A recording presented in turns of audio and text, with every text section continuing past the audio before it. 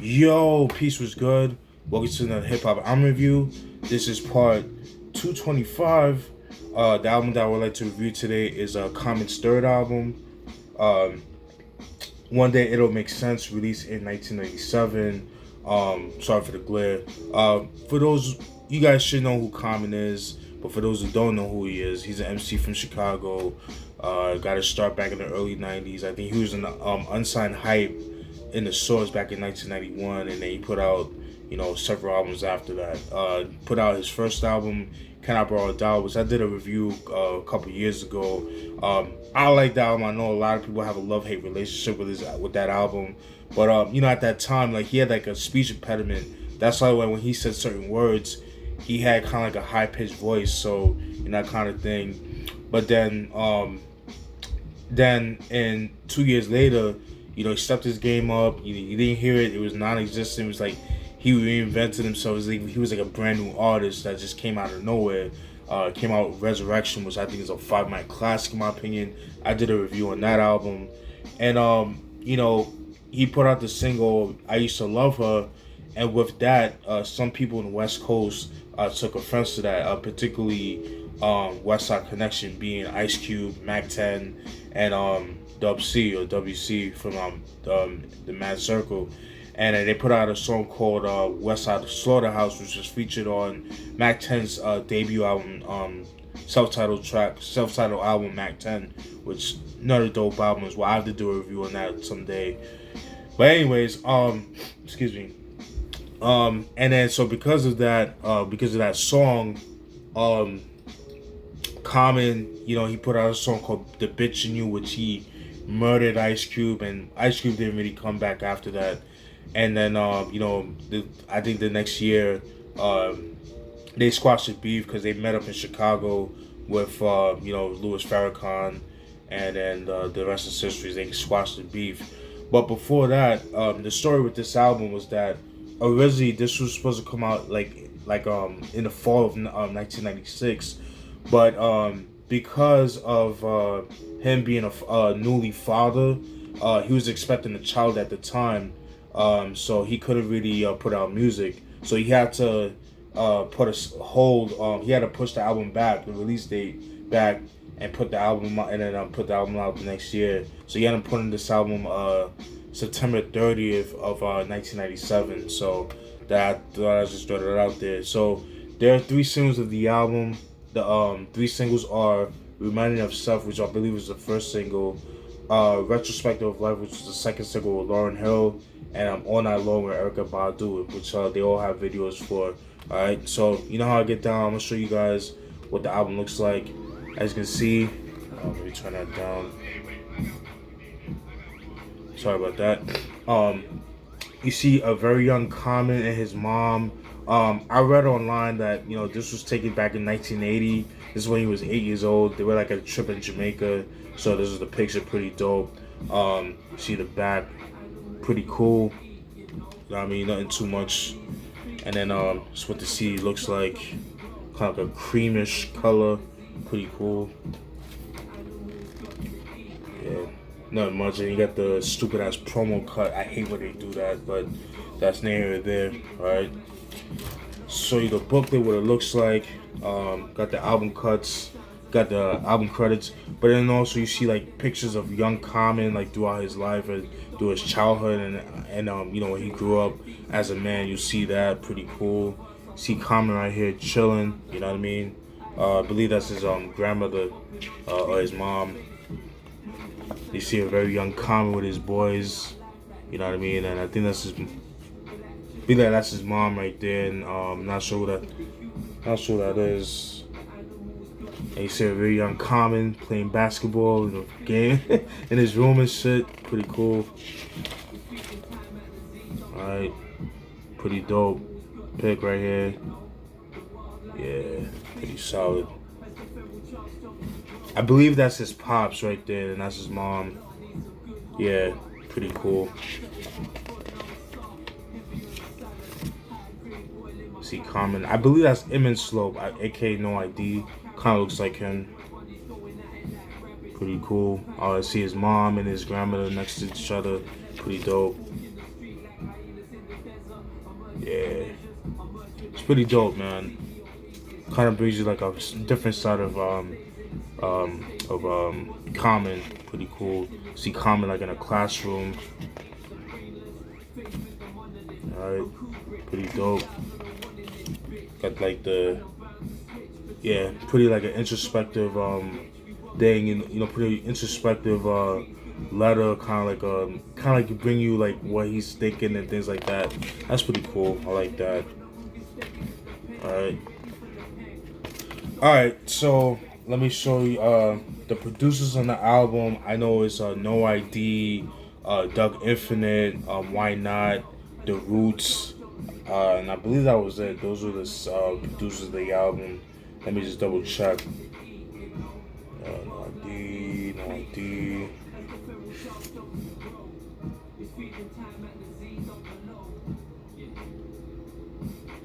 Yeah, Doug Infinite. Yeah, that's pretty much it. Alright. Features on the album. The features on this album are Lauryn Hill, De La Soul, Black Thought, Q-Tip, Cannabis, Shantae Savage, and there's a late great Lonnie Pops Lynn, who passed away unfortunately due to colon cancer about 6 years ago. So this is he has a part two of the Pops raps, which is featured on this album. So I'll talk about later on in this review. All right. So you know how I get down. I'm gonna go through some of the tracks as I usually do. All right. The first track, Introspective, is just pretty much an intro, just Common over like a beat, like a kind of like a drumless beat, just him bring you into his world and his state of mind, at the time, so that kind of thing. So I thought that was pretty cool. Kind of gives you this, kind of sets the tone of the album. That was pretty cool. Track 2, Invocation, dope way to start the album, dope beat. There is a video for that, and believe it or not, this video was like my introduction to that album, because I didn't know about One Day That'll Make Sense. I only knew about the Resurrection album, because at the time I thought Resurrection was his first album. I didn't know about Can I Borrow a Dollar until like later on that year, 2002. But yeah, man, Invocation, pretty dope joint. I love it. Love the video for it. Very, very dope way to start the album. I like the line.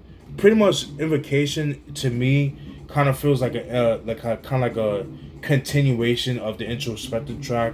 I like the line when he said, "Growing to my britches, outgrowing the streets. There's a thin line between war and peace, horror and jeeps. Ignore MCs like beeps, scribbling freedoms of pages. My third eye is like pink eye, seen and contagious." That was pretty dope. I really enjoyed that. Not a very long song. It's like a little bit over 2 minutes. It's like short, sweet and simple, to the point. So I thought that was pretty cool. That was track 2, Invocation. Track 3, Real Nigga Quotes. That was pretty good. That was a dope track. That was produced by Doug Infinite. I like the line when he said, "Give it a quarter rest while I make the quarter notes. My album niggas was expecting, now more water broke. Before it, I was sort of broke. Get the paper for the funnies, sports and horoscope. Or the curry goat like Fluke Stokes or the coat. You sharp with your rights and your rings and chains, but you short of rope." That was pretty dope. So that right there kind of tells you like a little bit about why the album didn't come out, because like I said, like he was about to be a dad, and his baby mom at the time was expecting his first child, and so he couldn't put out the album, so he had to push the album back, and it came out later on that year in 1997, because it was supposed to come out in 96, so October of that year, 96, but they pushed it back to September of 97, so just so I had to throw it out there. But yeah, that was track 3, Real Nigga Quotes. That was pretty good. Track 4, Retrospective for Life, featuring Lauryn Hill, which I said was the second single of the album. There was a video for it, very deep track. In this song, he tackles abortion, and like how I'm pretty sure a lot of cats can relate to that, where like you nutting a girl, you get her pregnant, and you have like a sense of regret, in a sense, you know what I mean, and then pretty much talks about that. pretty deep track right there. There was a line, and that was produced by No ID, by the way.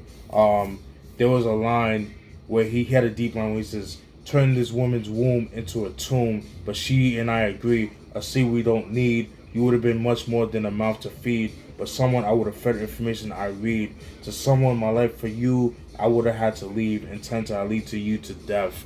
That's deep shit right there. That's fucking deep shit. So yeah, that's pretty pretty deep right there. And I'm pretty sure some of my subscribers could relate to that, and some people could definitely feel that. And that alone is like a painful situation. 'Cause I know people personally that have been through that had to abort kids and things like that because they just weren't fit to be parents. Either they weren't fit to be parents or they just weren't ready to bring somebody in the world. So that's something like I don't judge people who abort kids.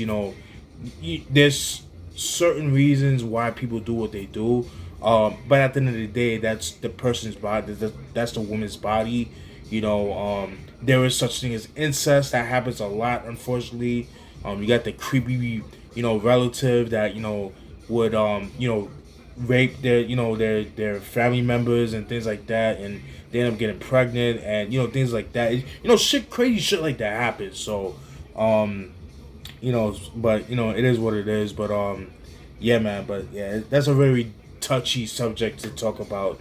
And but yeah, man. Salute to those that went through that, and that's certain things like you can't. And you would never have to. You could never forget that. You know what I mean? Same thing with miscarriages. That kind of thing. So I've known people that went through that, and yeah, it's an unfortunate situation, man. But what can you do? So that was track 4, Retrospective for Life, featuring Lauryn Hill. Dope video too, as well. Track 5, Getting Down at the Amphitheater, featuring Dilla Soul. Pretty dope track. It uses the Wild Style sample, one of the songs from the Wild Style soundtrack. Pretty dope. I remember first hearing this song about 4 years ago. Yeah, it was 4 years ago. I was at work. I worked at a place a while back, and I was driving one of the company vans, and it had Sirius radio, and I remember this song coming on. It was like the Backspin radio station that played the old school joints, and this song came on. I was like, "Yo, where is this from?" And I didn't know it was from this album. I thought it was like one of those white label, underground 12-inch singles or some type of shit like that. I don't remember this song, but I got to it and I was like, yo, this is kind of dope.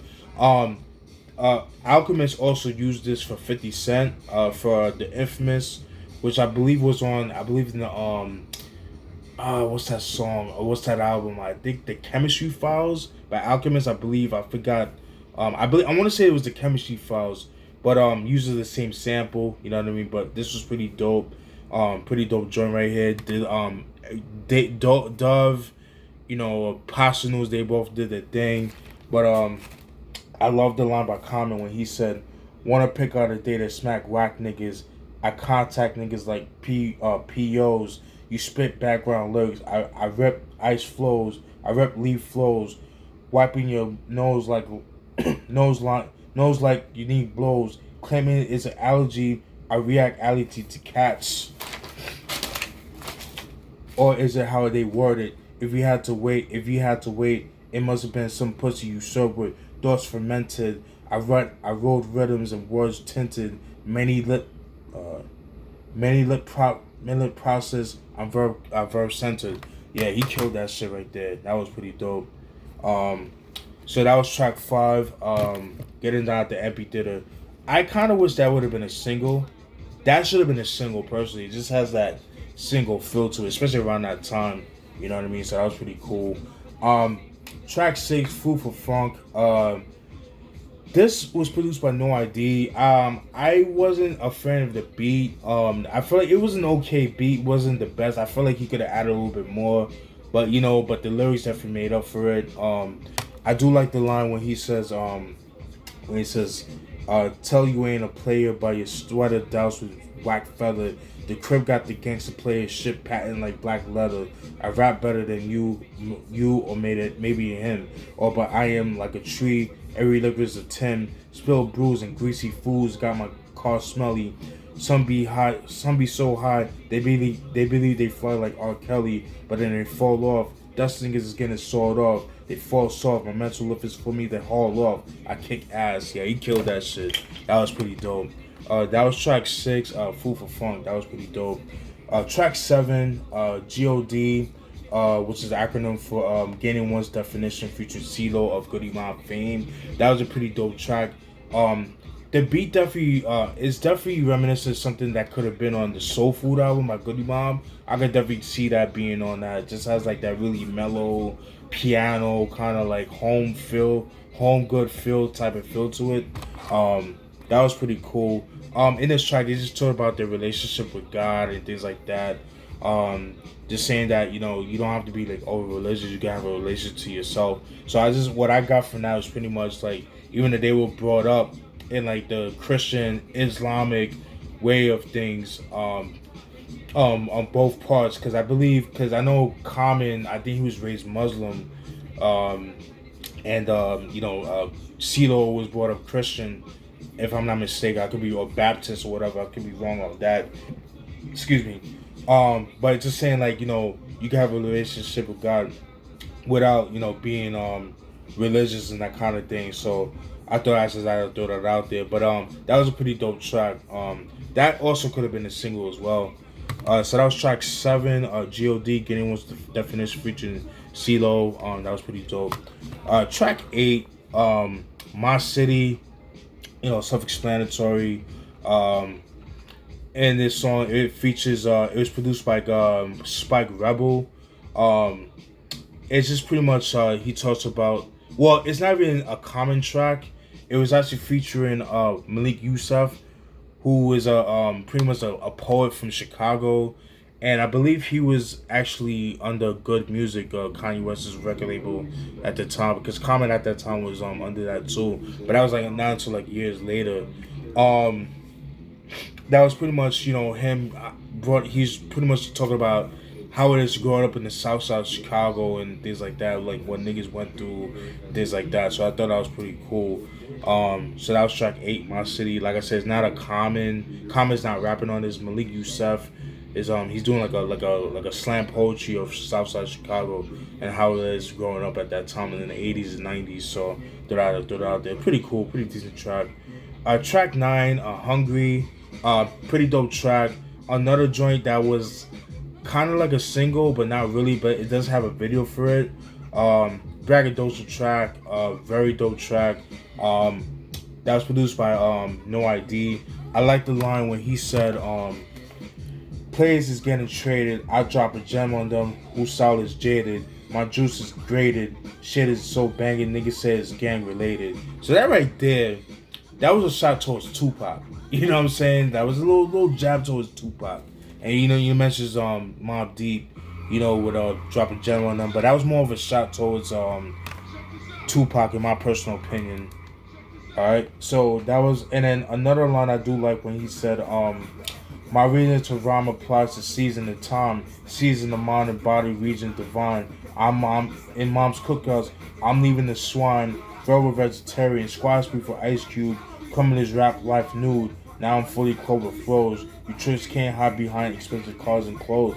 Old niggas I expose like Luke does holes in videos. Yeah, that was pretty dope. Niggas talking the shit right there. That was track 9, Hungry. That was pretty dope. Track 10, All Night Long. That was featuring Erykah Badu. That was produced by The Roots. That was a pretty dope track. That was a song that I could definitely see being on Ill Duff Half-Life or even like the Bottlewism album. But I would say more so the Ill Duff Half-Life, just because of the production at that time. But yeah, that was a pretty dope track. I didn't write any lyrics, but that was a pretty dope track. And there was also a video for that. I believe that was the last single of the album. Alright, so that was track 10, All Night Long. It's about like 7.5 minutes long, so pretty long track. Track 11, Stolen Moments Part 1. Pretty dope track. You know, Common, he comes back from like vacation. He comes back to his apartment, and he finds out that his apartment is has been ran through. He got stolen. He got robbed and things like that in his own city and shit like that. And he's trying to investigate, you know, who robbed his apartment. That was track one. Part two featuring Black Thought, Tariq. Pretty much kind of getting like the clues of who, like he's getting ideas of who robbed him and things like that. So that was track 12, Stolen Moments Part 2. Track 13, One Too Many. That was a pretty cool track. That was produced by Doug Infinite. And Doug Infinite does the hook on the track. I do like the line on One Too Many when he says, I rose like a florist to bring the flavor like a tourist. Might not have the murderous verse, but I stay hard to the chorus. I thought that was pretty cool. That was One Too Many, track 13. And then track 14, the last installment of Stolen Parts Part 3. Intro by Q-Tip and Ice, and the intro also by Q-Tip of the Tribe Called Quest. In this track, you know, he figures out who he found out who he was that stole from him, that robbed his apartment, because it's somebody that he knew, that he hang out with. And I'll leave it at that. You're just gonna have to listen to the track to go with that. So I thought that was pretty interesting. Very innovative track, very original. That's not something that you hear too much of. So it kind of shows Common's talent of being a storyteller. So I thought that was pretty interesting. So that's track 14, Stolen Moments Part 3, featuring Q-Tip. Track 15, Making a Name for Ourselves, featuring Cannabis. Fucking dope. They both did their thing. I love the back and forth between them two, but I think Cannabis obviously had the best verse. I love the line when he said, lyric unravel faster than bullets that travel through barrels. Niggas be digging my styles like fossils of pterodactyls. Who won a battle? I'm bad to the bone marrow. The earth got one sun, but I walk with three shadows. Woo! He killed that shit. People be sleeping on Cannabis. I know Cannabis has the bad rep of, like, you know, using big words, but, you know, niggas, like, get a dictionary. Like, what's so hard? Like, well, you want niggas to sound dumb and shit? Like, come on, I don't get that shit. But and I'm in the minority. I do like Can I Bust, like his first album from '98. I think that's a dope album. Is it a classic? No, but they got some joints on there, so definitely expect a review on that album later on. Not sure when, not anytime soon, but I'll definitely eventually will do a review on that album. But yeah, that was Making a Name for Ourselves, featuring Cannabis, release of track 15. Track 16, Reminding of Seth, featuring Shantae Savage. That was the first single of the album. Pretty dope track. There is a video for that. What I gained from that was just him repping Chicago. You know, he's repped Chicago to the fullest. Just, you know, just talking the shit. You know, just repping Chicago to the fullest. There was a line I do like when he said, drifting on a memory brought forth from a fifth of Hennessy, as in times of '89. They envisioned me, warm days in the cold brick chemistry. That was pretty dope. Another line I do like when he says, nowadays niggas is fake like the party at McCormick Place. I don't draw with them because they born to trace. At times I contemplate moving to a warmer place. Then the lake and Skyline gave me a warm embrace. That was pretty dope. So pretty much what I got from that was that you got a lot of haters hating on Common, you know, that kind of thing. You would think him being from Chicago, niggas will fuck with him, you know, embrace the dude, but he's not getting the love that he deserves. And, you know, he's just thinking about, like, oh, fuck this, fuck Chicago, you know, I'm about to leave and go to a different place. But, you know, just him seeing the skyline and just the Great Lakes of Chicago just reminds of him, like, yo, this is the city that he's from, that he can never turn his back on, because it's been through his, you know, that's who he is. That's you know, it's what he is. You know, he is Chicago, and that's what I got from that. So I could definitely relate to that. You know what I mean? I've never been to Chicago, but I've heard good things about that. So I told my peoples in Chicago out there. Heard it's a pretty dope city. I definitely would like to check Chicago out at one point. And track 17, Pops Rap Part 2 / Fatherhood, featuring Lonnie Pops Lynn. Another installment of the Pops Raps, um, which was very known that he started on the Resurrection album. Um, so far, from what I've heard, this is probably like my favorite one. I love the beat. The beat is done by Kareem Wiggins, who was like a he was like a jazz slash hip hop producer. You know, he was under the wings of like J Dilla or JD at the time. So you had JD had him under his wing and that kind of thing. He was kind of like an understudy of J Dilla, if you will. Pretty dope joint. Pretty much it's just uh Pops. You know, just embracing Common of becoming a father and just welcoming his daughter. You know, just kind of giving him like letting him know how he's proud of his son, but how like you know just be prepared of being a father is not easy. I can give you the tools, but I can't give you directions. That's something you're gonna have to figure on your own. That kind of thing, and that's what I got from that. So I thought that was pretty dope. Overall, very good album. Definitely one of his best albums. It's you know you could definitely tell he got really personal compared to the first two albums. You know this is like a really more mature album of Common because the first two albums, like I said, Can't Borrow the Dollar. You know he was on his like you know shenanigans shit. He was like in his early 20s. He was like 20, 21. I think he was 20 years old at the time when he dropped his first album. And then 1992 he reinvented himself. He was still the barrier oriented MC, but at the same time he had like some introspective um you know lyrics and things like that. Like he talked a little bit how he grew up and things like that. It was a little bit more mature, but this album was like a lot more mature. It was a lot more mellow, that kind of thing. The first two albums was a little bit more gritty production wise. This album has like a little more polished, clean sounds, more mature. You know, at the time, like I said, he was becoming a father, so you know he had to put his big point pants on and like you know become a man and be a father. You know what I mean to his child. You know, so he had to put his big point pants on and you know kind of gives you like a different side of Common, which we've never seen before. Like just him being a father, him going through an abortion, you know, things of that nature. Um, yeah, and I thought that was pretty cool. It was pretty cool to see that, especially around that time in '97, because you guys know in '97 niggas wasn't really talking about being fathers. You know, people talked about, you know, they were talking about, you know, the braggadocio, how gangster they are, you know, how much bitches they fuck. But with this album, you know, you saw a different side of hip hop that you never seen before, and I do appreciate that. You know what I mean?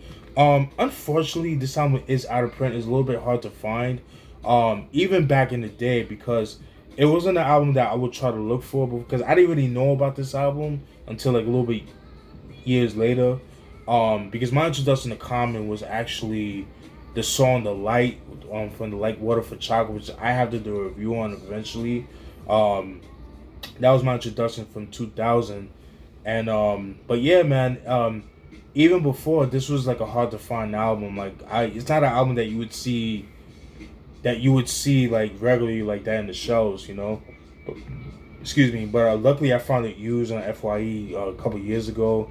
But yeah, this is a pretty dope album, man. Very hard to find, but it shouldn't be too, it's a little up there in price just because it's Relatively Records, because a lot of some stuff from Relatively Records, you know, has gone up in price in recent years. Beer, Represent by Fat Joe, which was also released in Relatively Records. Jealous One's Envy as well, being a little up in price as well. But don't go to Discogs. I will go to like eBay, because I see that as much as cheap as $5. So I would recommend just going on eBay. Don't even go to Amazon, because you're gonna charge your arm and a leg. But yeah, this is an album like I don't really see too very often. But if you do find it, definitely pick it up. And like I said, it is out of print. A funny story with this too, with this album, No ID also released his first solo debut album, the only album he put out as far as him rapping, called Accept Your Own, Be Yourself. The Black Album came out in the same month, but different day of 1997. So that No ID album came out a week before this album. So this album came out in September 30th, 1997. And the No ID album, the solo album, came out in September 23rd of 1997. So I thought that was pretty interesting. That's another album I'm trying to get my hands on, but that's out of print. It's hard to find. Goes for a little bit of money as well. So definitely will try to get my hands on that eventually. But yeah, that's a pretty dope album. Very underrated. It's not an album I really hear too many people talk about. But nonetheless, very dope album. Shout out to my boy. Shout out to my guy Kill from Apartment 5B. He said this is his favorite Common album. I'm not mad at that. This is a really good album. I know this album has like a cult following. You know what I mean? So I'm not mad at it. So yeah, this is One Day It'll Make Sense by Common, released in 1997. Let me know what you guys think. Also, it also shares the same title of his book, One Day It'll Make Sense, which is pretty much like an autobiography of Common. So I didn't read the book. I don't have it, but I've heard good things about it. I definitely would have to check it out at some point. But yeah, so One Day It'll Make Sense by Common, released in 1997. Let me know what you guys think. All right, peace.